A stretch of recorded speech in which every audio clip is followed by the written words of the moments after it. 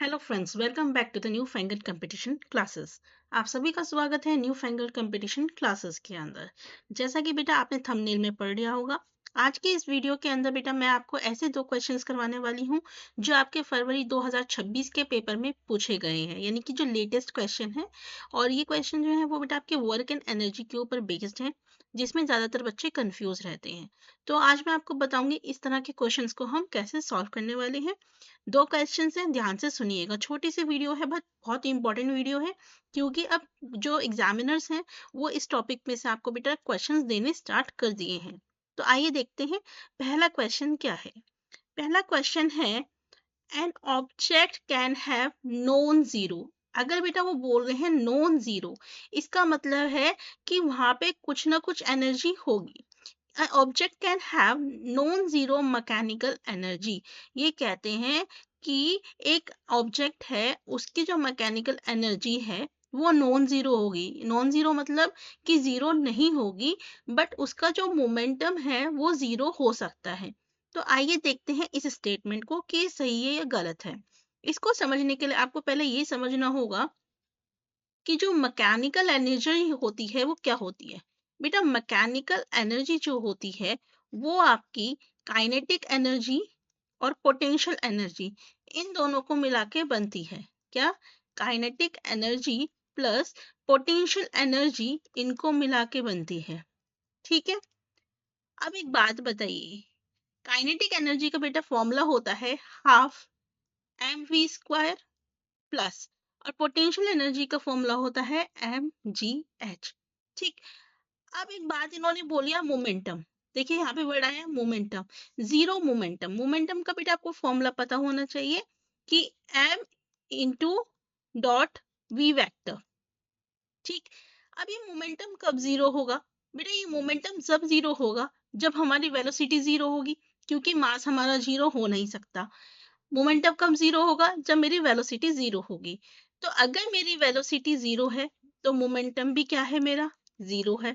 अगर मेरी velocity zero है तो इसका मतलब क्या है? मेरी जो काइनेटिक एनर्जी है ये भी जीरो हो जाएगी। लेकिन क्या यहाँ पे मेरी पोटेंशियल एनर्जी जीरो हो रही है? नहीं हो रही। क्यों? क्योंकि बेटा ये मेरी किस पे डिपेंड करती है? हाइट पे डिपेंड करती है, ग्रेविटी पे डिपेंड करती है। ठीक है। तो अगर मेरी काइनेटिक एनर्जी जीरो हो भी गई तब भी बेटा मेरे पास पोटेंशियल एनर्जी रहेगी। तो ये कहते हैं कि एक ऑब्जेक्ट है, उसकी नॉन जीरो मैकेनिकल एनर्जी होगी, यानी कि मैकेनिकल एनर्जी होगी, कुछ ना कुछ एनर्जी होगी अगर हमारा मोमेंटम जीरो हो जाए। बिल्कुल सही बात है, अगर मेरा मोमेंटम जीरो हो भी गया तब भी मेरी मैकेनिकल एनर्जी रहेगी। तो ये स्टेटमेंट क्या हो जाएगा बेटा? आपका ट्रू हो जाएगा। करेक्ट। नेक्स्ट है, an object can do zero work. एक ऑब्जेक्ट है वो जीरो वर्क कर सकता है even if force acting on the object is non zero. यानी कि यदि मैं किसी ऑब्जेक्ट के ऊपर एक फोर्स लगा रही हूँ, फोर्स लगाने के बाद भी हो सकता है कि मेरा वर्क क्या हो? जीरो हो। तो बेटा यहाँ पे आपको पता होना चाहिए कि वर्क का फॉर्मूला क्या होता है? Force into displacement. क्या होता है? फोर्स इनटू डिस्प्लेसमेंट होता है। अब आपको ये पता है बेटा फोर्स तो लग रहा है, वर्क कब होगा? देखिए वर्क किस केस में होगा? फोर्स होनी चाहिए और डिस्प्लेसमेंट होना चाहिए। यानी कि अगर मैं फोर्स लगाती हूँ तो उसका डिस्प्लेसमेंट भी होना चाहिए। अगर इसमें से एक भी क्वांटिटी मेरी जीरो हो जाती है तो वर्क भी मेरा क्या हो जाता है? जीरो हो जाता है। अब ये कह रहे हैं कि एक ऑब्जेक्ट है, उस पर फोर्स तो लगाया जा रहा है। देखिए एक फोर्स तो लगाया जा रहा है, अगर उसका डिस्प्लेसमेंट जीरो हो, यदि वो ऑब्जेक्ट अपने जगह से हिले ही नहीं, तो मेरा पूरा का पूरा वर्क जीरो हो जाएगा। कैसे मैम? मान लीजिए मैं एक दीवार है, ये वॉल है, अगर मैं इस वॉल को पुश करने की कोशिश कर रही हूँ तो बेटा यहाँ पे मैं फोर्स तो लगा रही हूँ ना कुछ, लेकिन क्या ये वॉल हमारी हिलेगी? नहीं हिलेगी। तो डिस्प्लेसमेंट क्या हुआ इस केस में? जीरो। डिस्प्लेसमेंट जीरो हुआ तो मेरा बेटा वर्क क्या हुआ? जीरो। तो ये कहते हैं एक ऑब्जेक्ट है वो जीरो वर्क कर सकता है जबकि उसके ऊपर एक फोर्स लगाया जा रहा है। तो ये स्टेटमेंट भी ट्रू है। जैसे कि वॉल, इस पे मैंने फोर्स लगाया लेकिन इसका डिस्प्लेसमेंट क्या हुआ? जीरो। इसकी वजह से मेरा पूरा का पूरा वर्क क्या हो गया? जीरो हो गया। तो बेटा ये दोनों ही स्टेटमेंट मेरे क्या है? ट्रू। तो आंसर क्या होगा, both statement 1 and 2 are true. देखिए इसी तरीके से हमारे पास एक और क्वेश्चन आया हुआ है, बहुत ही प्यारा सा क्वेश्चन है। अक्सर बच्चे कंफ्यूज हो जाते हैं बेटा, नए मैं आपको बता दूं इन टॉपिक्स पे से अभी करंटली में क्वेश्चन लगने स्टार्ट हुए हैं, इसलिए इस वीडियो को ध्यान से सुनिए और रिपीटेड मोड में देखिएगा अगर नहीं समझ में आए। दो स्टेटमेंट दे रखे हैं, सही बताना है। Non-zero work has to be done on a moving particle to change its momentum। देखिए पहले एक बात समझिए, मोमेंटम क्या होता है। अभी मैंने आपको बताया कि मोमेंटम का फॉर्मूला क्या होता है, मास डॉट वेलोसिटी। आपको पता होना चाहिए कि जो मोमेंटम होता है बेटा वो क्या होता है, वेक्टर क्वांटिटी।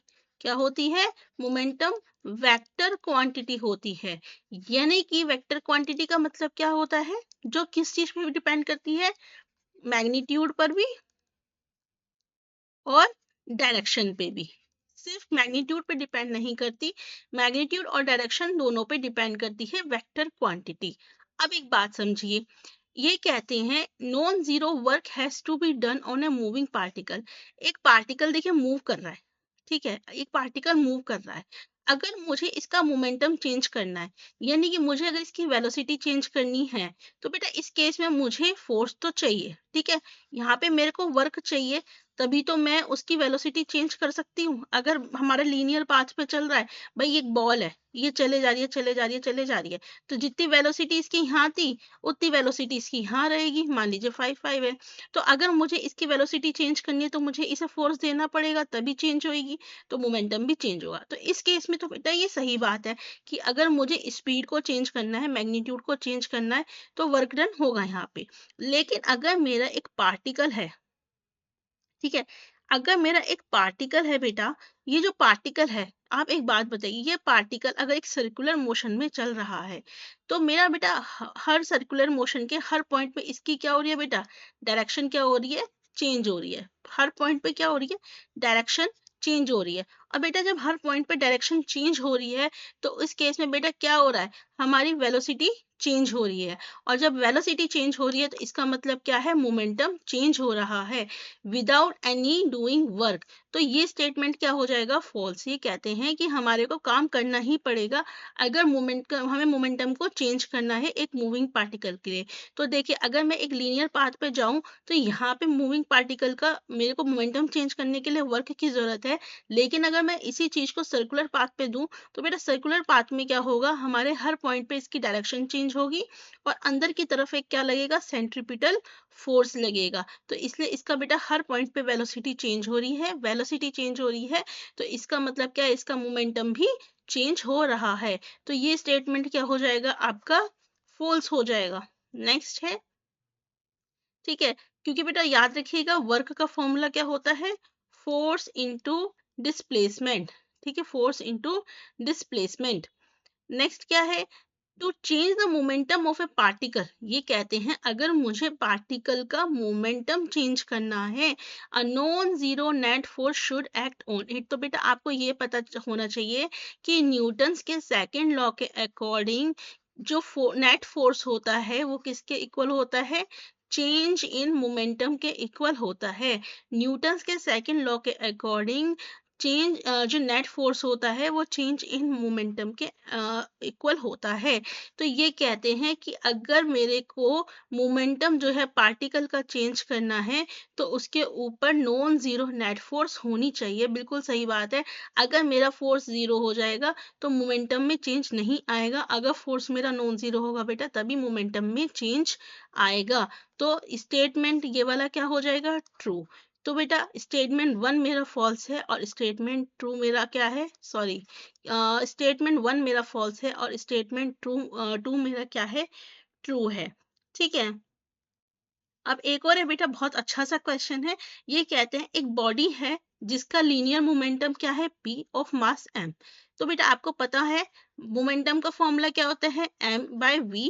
काइनेटिक एनर्जी का फॉर्मूला क्या होता है, kinetic energy is equal to half mv²। ठीक है, अब यहाँ पे बेटा आप देख सकते हैं v को रिप्लेस किया हुआ, यहाँ कहीं v नहीं मिल रहा। तो अगर मैं इसको बेटा v को p/m कर दूं और अब इस वैल्यू को मैं इस फॉर्मूले में रखूं, काइनेटिक एनर्जी पूछी गई है, तो मेरा आंसर क्या आएगा? Kinetic energy is equal to half m into p by m का whole square. It will give you half m into p square by m square. m से m कैंसिल, तो आंसर क्या आएगा बेटा? p square by 2m. क्या हमारे पास है? Yes, option number 3 is available. इसी तरह के बेटा क्वेश्चंस पूछे जा रहे हैं आपके एग्जाम्स में. अगर आपको वीडियो अच्छी लगे तो लाइक सब्सक्राइब शेयर कीजिए. बेटा मैं नेक्स्ट वीडियो में आपके साथ कुछ और शेयर करूंगी, किसी और टॉपिक पे हम बात करेंगे. Thank you so much.